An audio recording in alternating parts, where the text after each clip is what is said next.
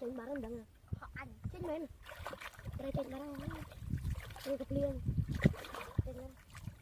Cái chậm dơm. Chậm dơm. Hay là nó chậm dơm con thằng anh men ạ.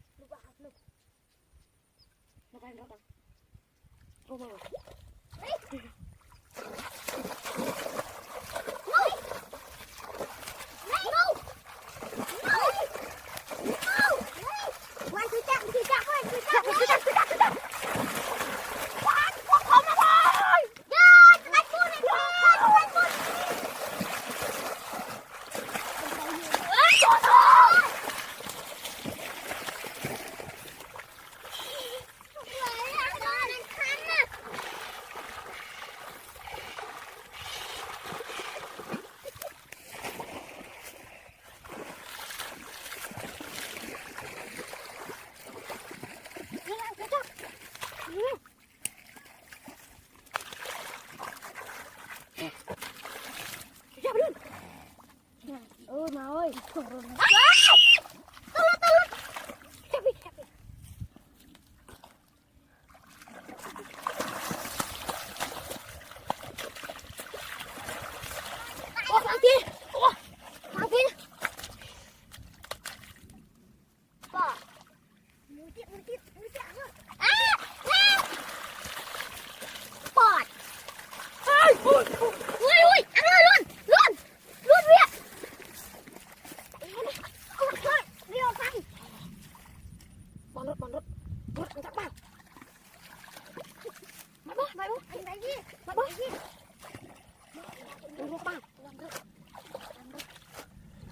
làm cho mà bà bị quá đó quá đấy con này nè cô này này vừa mới cọp nó nè nè luôn luôn cả ơi đi mua cái này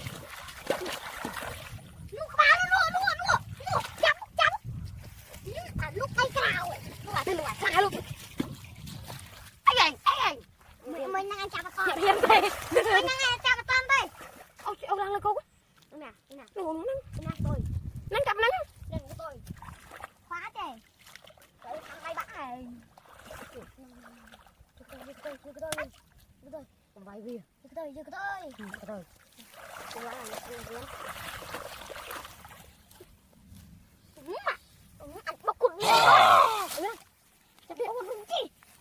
lão mau ô bia nó mở ơi cảm thấy ơn thử lạnh nó làm cái bắt này rồi xoan là phải dùng ngọc mơ à trang phải dùng ngọc ban cái dân thế nào cả ba đây dân dân chẳng vui chả đi Vinh Lê đang ngạc rồi ơi mà ơi họ thăm anh ấy men phun sang sư rồi ui dễ sư rồi phải chạy anh chặt ngay rồi thôi một đấy ui bay ui bay cái việc tộc họ rồi ủa nào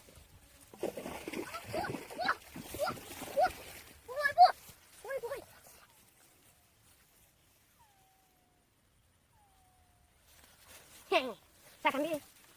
Sakan tính này. Can đi mà. Hai Sakan rồi. Đi vô tao ra đâu. Can đi mà là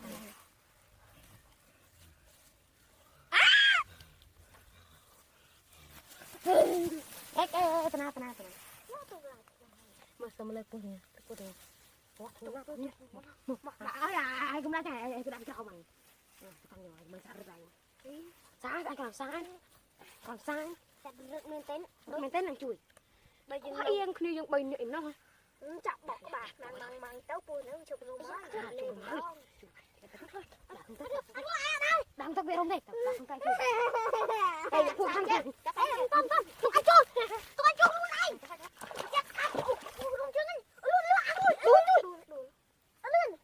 Chui đấy. Lên cá thằng mày. Ai mà đua không? Đua đi lên ngay à? Đua đây ta câu. Lôi luôn đằng trái chân mà. Đằng cái. Không có tánh mà. Mày chứ. Ê, đừng đánh nha. Kệ. Đừng bắt men. Bắt men này. Chơi. Lên. Đá chui. Cô đặt men à. Lên chui. Cục xíu ở bên men đây thì thôi lên nè. Rồi con. Táo khát mà. Mẹ nào một chọc. Đi ngoài làm chơi tiền mà. Ôi! Anh có con chơi lớn này mình nâng không? Lên men đi. Lên men thôi chơi chứ. Ôi! Anh con mình nâng không? Ôi! Lớn ấy! Lớn không? Lớn không? Nè. Lớn nè! Đây căn bố phép. Ôi một trường xanh. Anh ơi! Tìm anh đi. Anh đứng lên. Anh ơi kìa mà nhờ! Cô. Anh ơi! Tìm ai rồi! Cái cái rồi! Đâu? Chắc lương rồi. Anh ai căn bố đi đâu vậy? Một lương. Tôi một lương à. Thôi.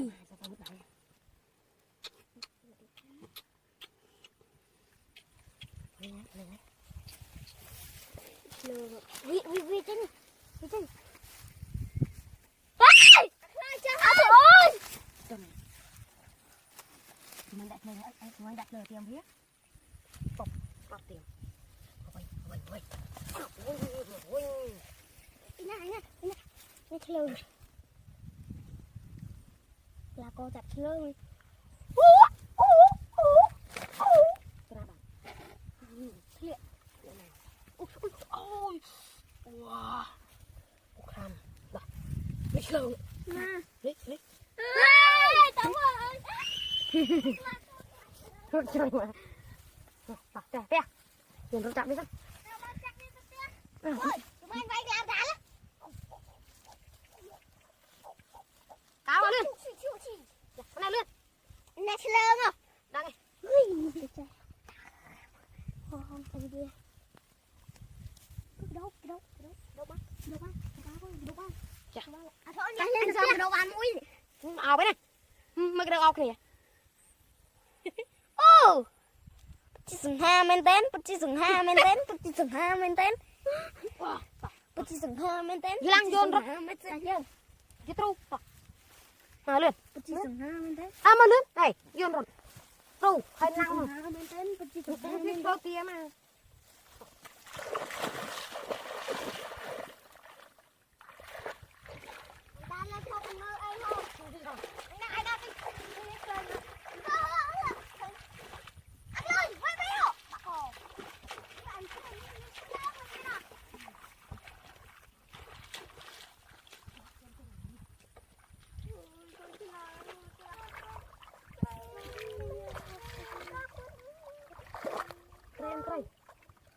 Keren. Ceng barang dah nggak? Ceng main. Ceng barang. Ceng kepliang. Chẳng dừng. Hãy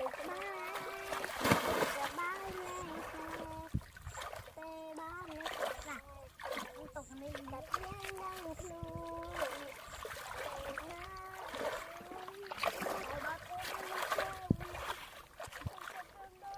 không bỏ lỡ